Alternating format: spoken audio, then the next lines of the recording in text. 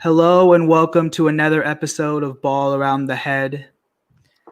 And this is our last stream before the 2020-2021 NBA season finally starts. It seems like yesterday the Lakers won a championship, and right now we're all already getting thrown back into legit games, which is kind of crazy to think about. And in my opinion, a lot of teams got better this offseason. I feel like the league's more competitive. But every year there's always those tier of teams that are just like bona fide championship contenders, for sure going to make the conference finals and that. So, Ben, who are your championship contenders this year? Legit championship contenders this year? Right. So I think we're probably going to have a different definition of legit contenders. But for me, it's like I would not be surprised if this team won the championship. Okay. So for me, there's just four right now. It's the Lakers, Bucks, and Clippers, just like we had going into last year. And also, I think the Nets move into that category because I think they have you're not really sure how it's going to work out, but with the level of talent on the team, they have a high enough ceiling as a team that if they figure it out by the end of the year, I wouldn't be surprised if they won the championship. Obviously, keep going. Better. The Bucks added Drew Holiday. I think they got better. Obviously, the Nets came up with they're going to get Kyrie and KD healthy, and the Clippers pretty much swapped Harrell for Ibaka is probably the major moves there. And I think those are the teams that I would not be surprised. Okay. Andrew? I think the real legit contenders are the Lakers and the Nets, honestly. I mean, because I don't even believe in any other team in the East except for the Mavs. I mean, that was the only real – and the Nuggets. Okay, I said the Lakers, the Nuggets, and the Mavs. And then the East, I have the Nets, Celtics, and 76ers because I'm really not a fan of the Bucks, even though they got Drew Holiday and they still have Chris Middleton and they have Giannis. They lost Wesley Matthews to the Lakers. Is he on the Bucks? Yeah. I don't even know if that's that big of a deal, but it sounds cool to say that the Lakers. It's actually kind of a big deal, yeah. He was an improvement of Danny Green because really the Lakers got so much better. Like they replaced Rondo with Dennis Schroeder. They got rid of JaVale with Gasol. They got rid of Dwight Howard with Montrez. They got rid of Danny with Wesley Matthews. So they're just a better team. So I think really the Lakers and the Nets, like Ben said, and maybe the Nuggets because they did really well. Yeah, I like both of your guys' choices actually, and I kind of agree with both of you. I have the Nets, Lakers, Clippers, Bucks, and I also want to squeeze in the Nuggets, and I'm going to explain that a little further. I think the Nuggets can make it with the right matchup. I don't think they are suited to beat the Lakers, but I definitely think they could beat the Clippers. So if the Clippers were to beat the Lakers somehow in the second round, then I could easily see the Nuggets beat the Clippers. But I don't think they're better than the Lakers, so that's why in Ben's definition, I can see a way the Nuggets can win a championship. I have like Boston, Toronto, those kind of teams like on the fringe, but I wouldn't like go to Vegas and guarantee they're going to win a championship. But I have those five teams. Lakers, Clippers, everyone knows they're going to be in the championship hunt. The Bucks are always a good regular season team, not really good in the playoffs. Who else did I say? The Nets. I know it's preseason, and I hate to say it because they played my boys, but they looked really good in the preseason. They looked really – Kevin Durant, yeah, I mean – they did. You always want to see a player healthy. He came back from a horrible injury, and he looks a little like really good. Like nothing was missing. So that's fun to see. They're going to be very good this year. Hopefully off-court issues doesn't ruin that. But right now, it looks like they're vibing right now. So those are my five contenders I have. So I'm going to go straight into the second question. Andrew, which player takes the biggest leap this year? I actually kind of chose two players. I did Lonzo/Zion because I think that they are like one of the only few kind of players in the league that really make each other better players. And I think Lonzo is his skill set really hasn't been he hasn't really had the opportunity to show what he's capable of with the teams that he's played on because LeBron, Lakers, and Ingram was there already. And I think that the Pelicans are actually a really good team. Maybe not playoffs this year because the West is pretty good, even though they are part of that the West is good conversation. But I think that Zion and Lonzo, like, they kind of might be bust if they don't do well this year, especially because people are quick to assume bust, especially because LaMelo is in the league now, so Lonzo is going to be compared to. So I think Lonzo has to break out this year, and Zion obviously is his first year, so I think that would be good to watch. I love that Lonzo pick actually, because I've seen a lot of people say that Lonzo, because he's a free agent after this year, so this is the year he's got to prove that he's the number 2 overall pick. So I kind of agree with that Lonzo pick. Ben, who do you got? I could see that for sure. I have Trae Young. We've talked about how we like Rondo as like a mentor to him, and like I'm thinking like the biggest knock on him is his shot selection a lot of times. And who better than someone who had 2 points and 25 assists to be selective about their shots? Yeah. Like he could teach him a thing or two about that. Like Young, he already improved this coming year. I think he'll get a lot better. And like he has the vision, he has the shooting. He just needs the shot selection is one of the biggest areas he can improve. And I think Rondo will help him in that. So can I ask you a further question? So what do you mean by improve? Do you think he could be like a lock for an All-NBA team? Well, yeah. I think he could be in an All-NBA team. Okay. I mean, oh my God, Trae Young. I don't really know what that means, but I could see that. Yeah, I was just wondering because he was an All-Star last year. So I mean, and I know he wants to improve. So he's not going to be an All-Star this year. I don't know. I think the fans like him, so I think he might be voted in anyways. So yeah, the fans do like Trae Young. I like that pick. A leap from star to superstar is what I'm going for here. Okay. That's what I'm Trae Young. So he's overrated. I'm sorry that we're on this still, but we'll talk about overrated later. We will. So I'm gonna pick someone who is going to go from a good player to I think could be like an all-star. And it's an interesting one because his team's probably going to suck, so maybe he won't be an all-star. But I got Shai Gilgeous-Alexander. Last year he made a major leap. He had 10 points, 2 rebounds, 3 assists his rookie season. Then he had 19 points, 5 rebounds, 3 assists again his sophomore season. And with Chris Paul gone, Gallinari gone, those are a lot of shots being taken away. And I think Gilgeous-Alexander, this is his chance to prove I could be a building block for this team. Whoever you draft, you got to draft around me. You guys got to build around me. And I feel like this is the step he's going to take. He could be, I think he might be like a Devin Booker all-star, someone who, if someone gets hurt, they'll be like named an all-star or whatever they do, however they select all-star teams. Does that count for Devin Booker, by the way? Because I've heard him he's like, he might be an all-star this year for the first time. Like I thought he was one last year. So, yeah.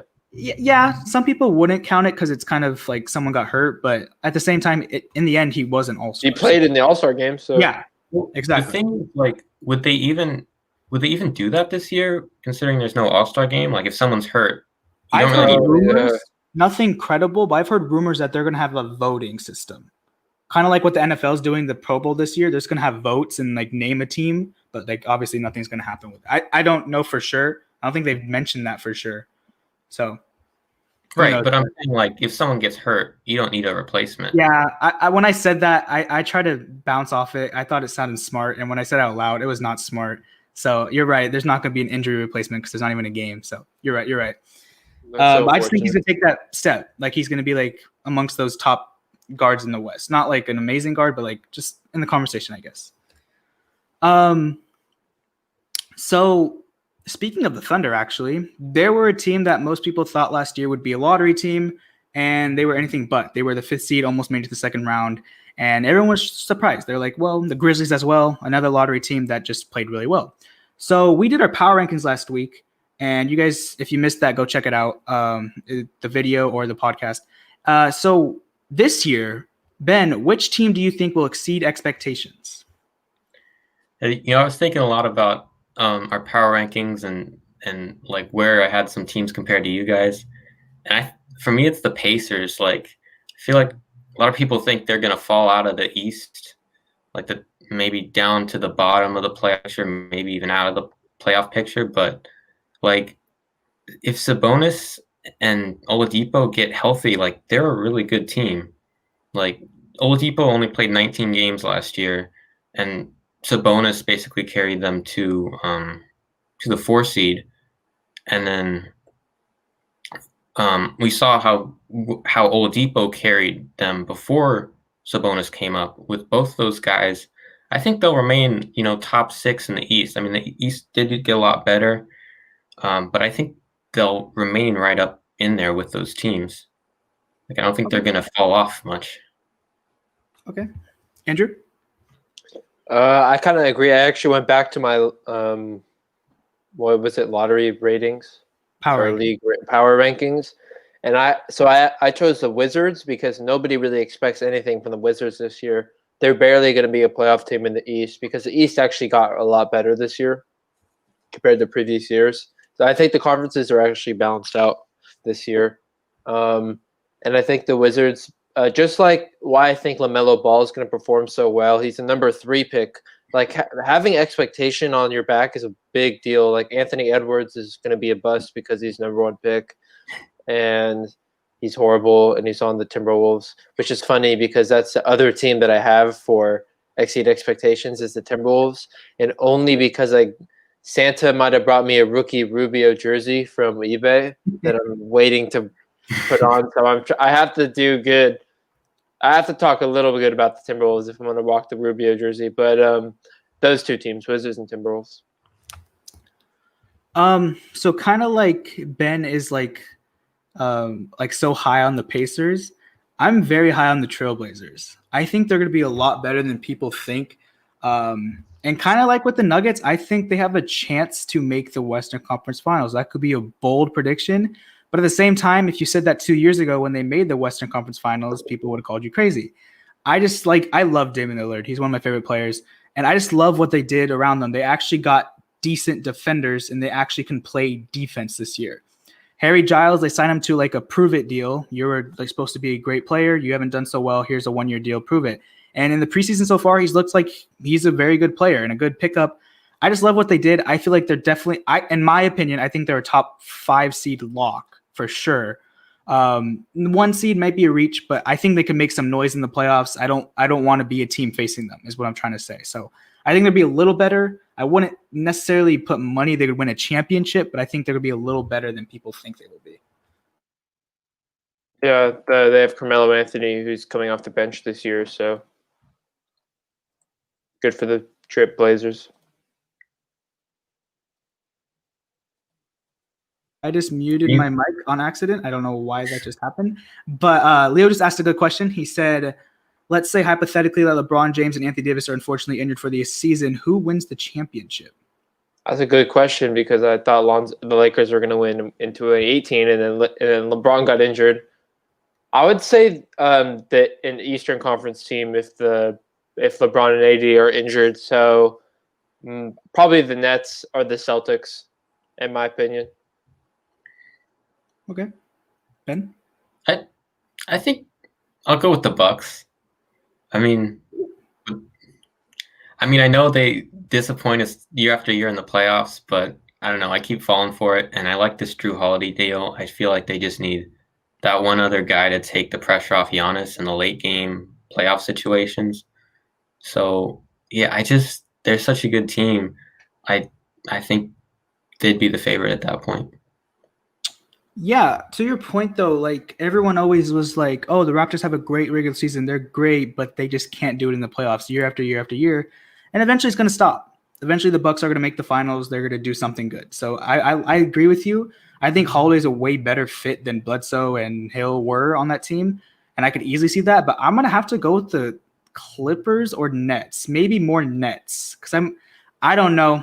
I don't want to be that guy, but I love what I saw in the preseason from them. They just look like a very good team. But like I said earlier, just their chemistry issues is just something that you just don't know with Kyrie and Kevin Durant. You just don't know. Yeah. So if they could keep it together off the court and not have like trade rumors all season long for Harden, which those have been ramping up recently, and there's been a lot of speculation, he could get traded in the next like 2 days before the season starts, which would be crazy. But Kyrie? No, Harden. Oh yeah, Harden will probably get traded the deadline. I don't think before the season, but he could be. So yeah, that's a great question actually. So if any of you guys else who are watching have questions, feel free to answer. We will make sure to answer as soon as we can. So which team will exceed expectations? We had our own answers, but now there's always those teams that are like, I mean, for example, maybe the 76ers last year, people were like, oh, for sure they're winning the East. They got Al Horford, they got Josh Richardson, they're better, and they got out first round in a sweep. So this year, Andrew, which team is the most overrated? I have Ben said Trae Young earlier, and I don't like hearing that because I think Trae Young is the most overrated NBA player, and I have the Hawks and the Grizzlies being the most overrated teams, and I chose one from each conference because that's how I roll. So I think that the Hawks. I just think that Trae Young is only an all-star because Luka Doncic was an all-star, and he's kind of a parallel to Luka Doncic because Rookie of the Year in the East and West and the blue and red, and even though he's more orange, but His numbers. the 77 and 11, yeah, right. And I just think, what? He meant like statistical numbers. Oh yeah, no, He I put just almost 30 points last year. on a really bad Hawks team. Okay, That's that's true. fair. That's fair. Yeah, like I mean, it's just he's I think he's just given so much because he was a lottery pick in the top 5. So I mean he's not that good, and he's gonna be. I think players are rewarded a bit too early because there's like DeMar DeRozan. I mean he's not in the East. If I can think of an All-Star in the East, like Kyrie wasn't an All-Star last year, and Trae Young was an All-Star, All-Star starter in his second year, and he's on a really bad Hawks team, and Jimmy Butler didn't start. I just think the Hawks are overrated, and that the young players are given too much. That's why I don't like John Morant either. But, All right, Ben. Sorry. You mentioned the Sixers. I'm gonna go with the Sixers. I that's one of the teams that had way lower than you guys in last week's power rankings. Admittedly, 16 is probably a little low, but you had them at 16? yeah. But I do not think they're a top 10 team. I'll say that much. Like, I know they got Danny Green, Seth Curry, Dwight Howard, and those are going to make improvements. I like the addition of shooting, but I just still don't believe in the combo of Simmons and Embiid. Like they both do their best work in the paint. Like in today's game, I'm not saying they're going to be terrible, but I don't see them being an elite team with that combination. Like I know Embiid can spread the floor, but that's not where he's best. He's best when he's working on the post. And so last year they fell short of expectations. I don't see a lot changing, honestly. That's Okay. fair. That's I think the addition to Danny Green is like really underrated because he had a bad year last year when it comes to shooting, and I think the 76ers really do need shooting, and Seth Curry was a good pickup also. But their season definitely is going to depend on whether Danny Green and Seth Curry can still shoot, and if Ben Simmons can get assists off of that, honestly. Yeah, we were talking about the Nets having off-court issues. I'm not saying the Sixers will, but the rumor that came out the other day that the Sixers have made Ben Simmons available in trade talks, and then like an hour later, they're like, no, we didn't. And the people who reported that they made him available were very, very, very credible people. So it's not like a random Twitter person just said that. So it'd be interesting to see if Simmons is a little like mad that they're trying to trade him. Personally, this is off topic, but I think it'd be very dumb for the Sixers to trade Simmons for Harden. That'd be a really horrible trade. But I mean, hopefully, what? Why do you think that? I think Simmons is way younger. He's way younger, and I don't know if Harden and Embiid would be the best fit together. And like Harden's getting old, he's gonna ask for a supermax at the age of like 33, and that's one of those deals that never ever ever end well. I don't know. I just don't think it'd be smart for the Sixers to give up Ben Simmons, who's probably one of the best defenders in the NBA right now as well. What if Giannis, Jimmy Butler, and Ben Simmons end up? Wait, no, Giannis. No. Jimmy Butler, Joel Embiid, and Harden end up in 76er. That'd be crazy. I don't think Jimmy Butler will ever go back to Philadelphia. because they Ah, don't yeah. want him in free agency. So I think Oh, he's really? one of those guys who will take it personally. What if they go to the Heat? All of them go to the Heat. Can they sign him next year? Embiid's been rumored to potentially get traded there, but they said they're going to ride out this year. Who knows? I don't know. It's Daryl Morey. He trades a bunch of people. He's unpredictable as well, so who knows? We just got a comment real quick. What do you say? Do you think giving Harden and Simmons are a better fit? That question is kind of confusing. I'm confused what you mean by that question. But so wait. Can you rephrase that first question and I'll get back to you? I'm going to answer my part of this question, the Mitch team's most overrated. I actually agreed with Andrew. The Hawks, I feel like people are because they signed the most people and the biggest name people than other teams like Gallinari, Bogdan Bogdanovic, Rondo, Chris Dunn, all those people. I've seen some experts say that they'll be like the 5th, 4th, 6th seed, and I just don't think they're that good. Like they still have a lot of room to improve. They're very young, like their core, and they also kind of have a log jam in the front core with Onyeka Okongwu, Clint Capella, John Collins, Danilo Gallinari, and then you got DeAndre Hunter, Cam Reddish, Bogdan Bogdanovic. You got a bunch of these players that you need to play, and there's just not a lot of room. I don't know. I just don't think the Hawks would be. I think they can make the playoffs 8th seed. I don't think they're like a 5th, 4th, 3rd seed kind of like. Yeah, I agree with that. Wait, I think he updated his question. It just didn't come up on our screen. Let me check that. Okay. Do you think trading Embiid would be a better fit and why? Simmons, honestly, a little bit. So I think what he means by this is, do you think instead of trading Simmons for Harden, they trade Embiid for Harden? Do you think that would work if it's Harden and Simmons compared to Harden and Embiid? I'm going to go real quick on this. I think, yeah. Wait, Daniel. You know what time it is? It's 8:24. Rest in peace, Kobe. So we're going to turn the lights on the hat. You have lights on the hat? It's kind of lit. You can't really see them. That sucks. Okay, sorry. Continue. You're good. But anyways, I think Harden and Simmons will definitely pick up the harder backcourt option defensively. Howard would probably start. He's probably like a good starter in my opinion to like, I don't know. Maybe they'd have to sign a better backup big. Who knows? But I don't see the Rockets doing that. They just signed Christian Wood to a kind of big deal. Not really a big deal, but I don't know. And Wall and Embiid probably won't be the best spacing fit. I don't know. What do you guys have? I think that'd be a little worse, honestly. Yeah. I think Simmons is really good as a facilitator. Obviously, James Harden needs the ball all the time.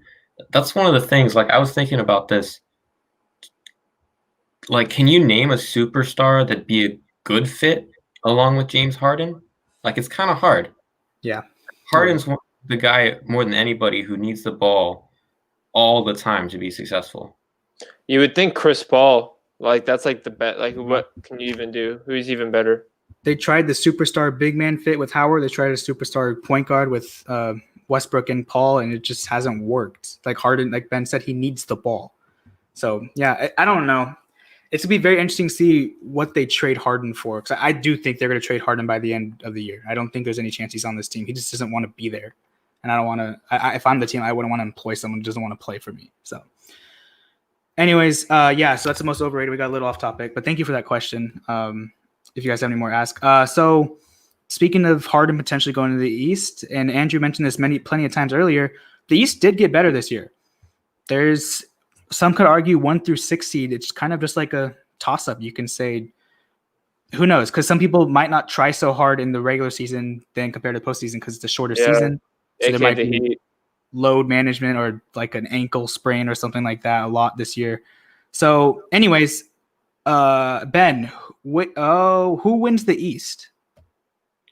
I think I agree that it's going to be kind of a toss up, kind of a mess up at the top, but I kind of already explained it, but I like the Bucks.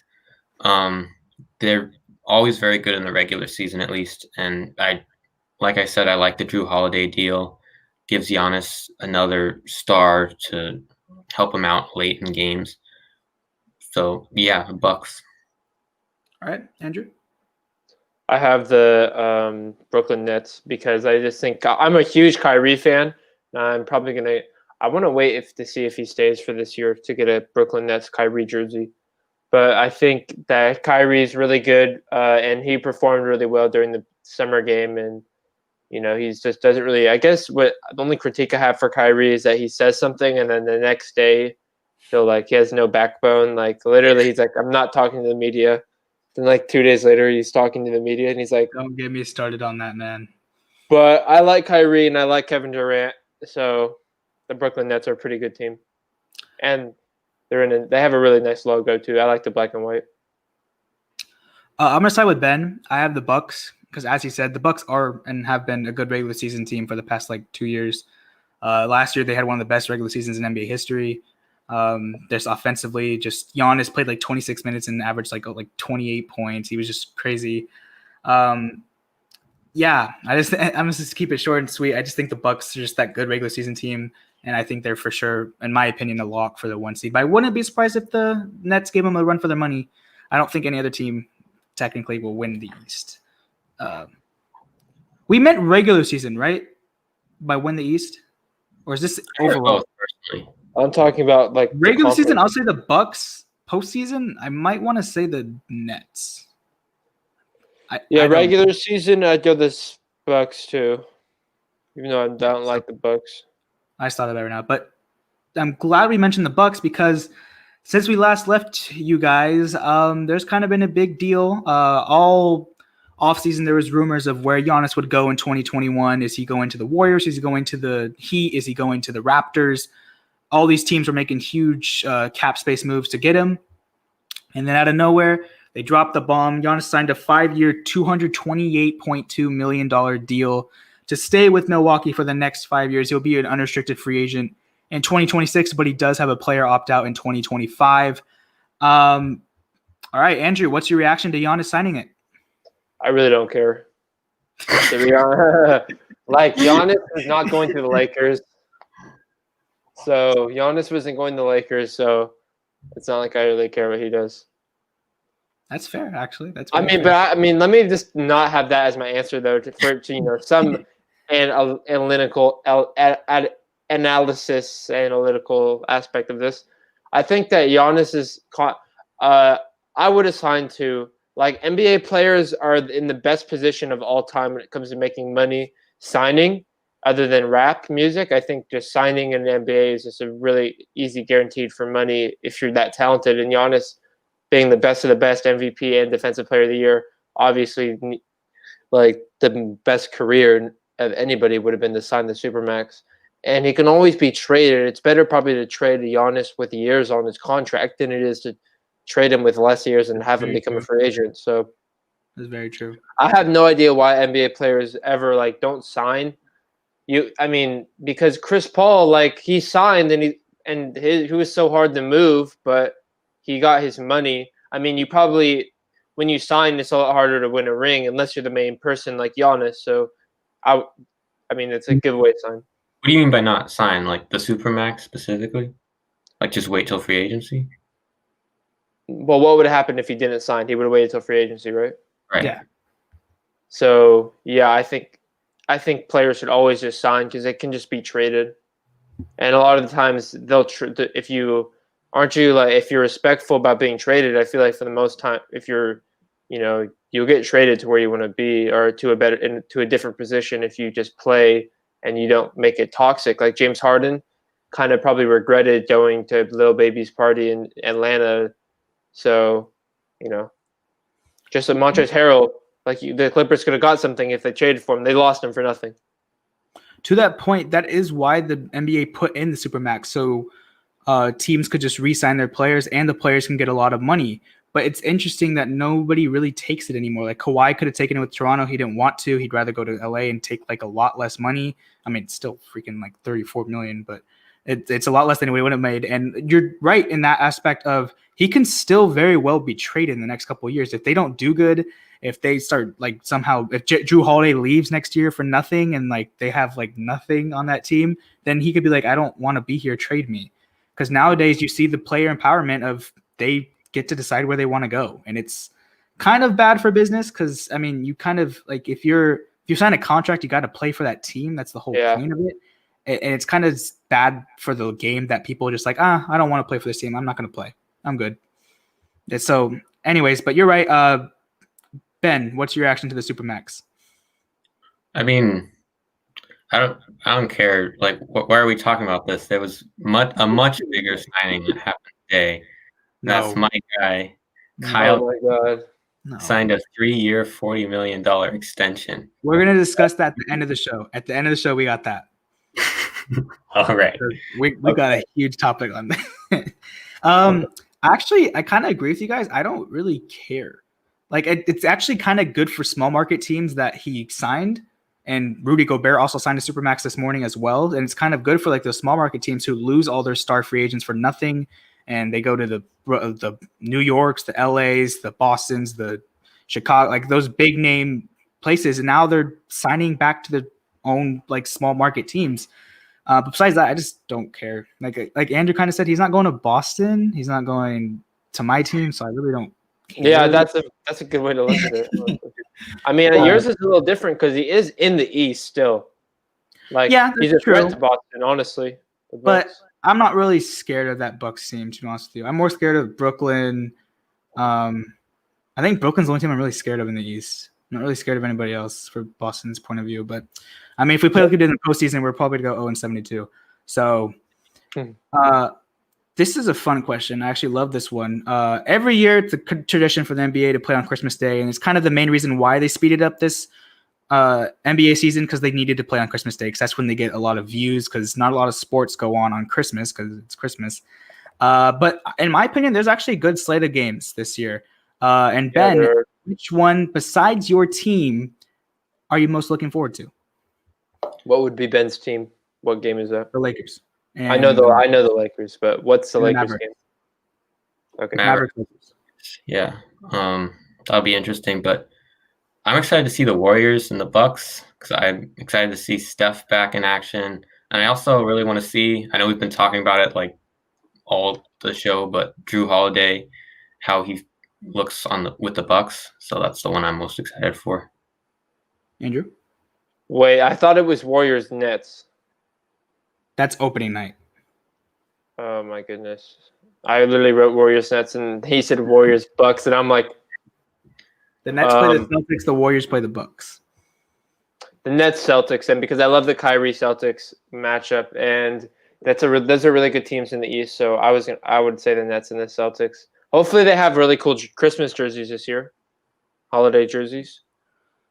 I'm going to go with the Lakers Mavericks, actually. Since you guys can't pick it, I'm going to because Luka in Los Angeles, yes, I get there's no fans there, but still, that's kind of a big deal. Christmas, I think they're 5 o'clock. Like they're the big time. Prime time. And people are saying it's not the Mavericks versus Lakers. It's literally Luka versus Lakers. That's why they're putting it on. It's just be a good matchup. Luka versus LeBron. 80. I don't actually know. Porzingis is not healthy, so it's just gonna be fun to watch. I just think it's gonna be great. We can see Luka on prime time, which is always fun to watch. We saw in the postseason last year. It was a great experience. So I have the Lakers and Mavericks. So last, but certainly not least, the biggest news in the NBA offseason occurred today with the Woj bomb saying the Lakers and Kyle Kuzma have agreed to a 3-year, $40 million contract extension, which will have him be a restricted free agent. I believe they said when he's 28 years old in his prime. Ben, what are your reactions to Kyle Kuzma's extension? It's great. Best move of the offseason. My favorite player in the league, Kyle Kuzma. We're keeping it around. Best move from the Lakers all offseason. You got like LeBron, obviously his best friend. You saw that tweet. Like, what was the tweet? I'm so happy that he's staying. To be honest, and that's a reasonable amount of money. He'll at least be a role player. And I think hopefully this maybe take some pressure off of him. Yeah. With the addition of other bench players that can contribute. So yeah, but I'm excited about it. All right. I like that. I mean, I really don't like Kyle Kuzma, but I like that way. But I'll say we'll go with the positive first. what you said about the pressure. Now he doesn't have to think about like, is he going to even be on the Lakers after the championship run this year, or even during the season? But he could still be traded, which you never know with trades. But I think it's safe to say he'll just be a role player. $40 million, is that a good, like, that's a decent, that's like, It's a good average for him. It's cheap, right? It's decent. Yeah, it's decent. That's Like like, And worst Yeah. case scenario, if he's bad, it's a good trade chip. Like, Yeah. it's a good price. I think everybody's a winner here, even Kuzma himself, because he's a free agent in 2024, which would probably be like when the Lakers dynasty is over. Like 2023 is the three-peat year. 2024 would be the four-peat for Kobe, which would make LeBron the greatest player of all time. And so that would be exciting. That's going to be exciting to watch. But good for Kuzma. I mean, I really don't like Kyle Kuzma, but he's a good role player. I just don't see him being a starter. I don't really see him being a starter this year. Okay, from the business point of view, as Andrew mentioned, it's actually good for both sides this offseason. With the LeBron and AD deals, they won't have any cap space at all. So they need that extra role player that they could afford, and might as well get him. And like I mentioned earlier, if he's horrible, they can trade him, and he'll probably have some value. Not, as of right now, probably not that much, but he could still build it up. Could just be a down year. And like Andrew said, it's good money for Kuzma as well, because who knows what he would have got on the open market if he struggled this year. So he wanted probably financial security. From my point of view, it's just interesting. I don't think, okay, I'm not going to be mean to Kyle Kuzma. I think he needs a change of scenery. I think he's a very good player, but I don't think he's like fit to surround LeBron and AD. I don't think that's his kind of play style. I think like a prototypical New York kind of scenario where like he can just show out every night. You know, he wants to be the number one guy. He won't be the number one guy, but he can prove it. He could try his best. But it's interesting. The Lakers needed to do this. They needed depth.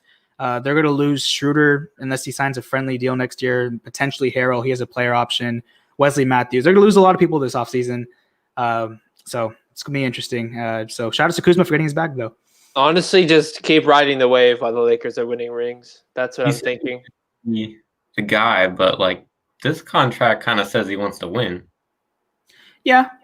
And I think he went for financial security right here. Because again, you don't know how bad he could have potentially been. It's a season that none of us have ever experienced before. It's a very short offseason. People are going to rest a lot. Kuzma might get more reps because LeBron's guaranteed going to rest a lot. So it's going to be interesting. It's going to be very interesting to see what happens this year. And maybe that's why a lot of people have re-signed, like Rudy Gobert, Giannis. Not a lot of people are testing the market this offseason. And it's going to be very boring free agency as of right now, but that's it. That's all we got. We ended with the biggest news. So I want to say thank you guys for your support yet again. Always, I appreciate it. We're at 59 subscribers. It'd be very cool if very soon, eventually, we could get to 100. That'd be very awesome for us.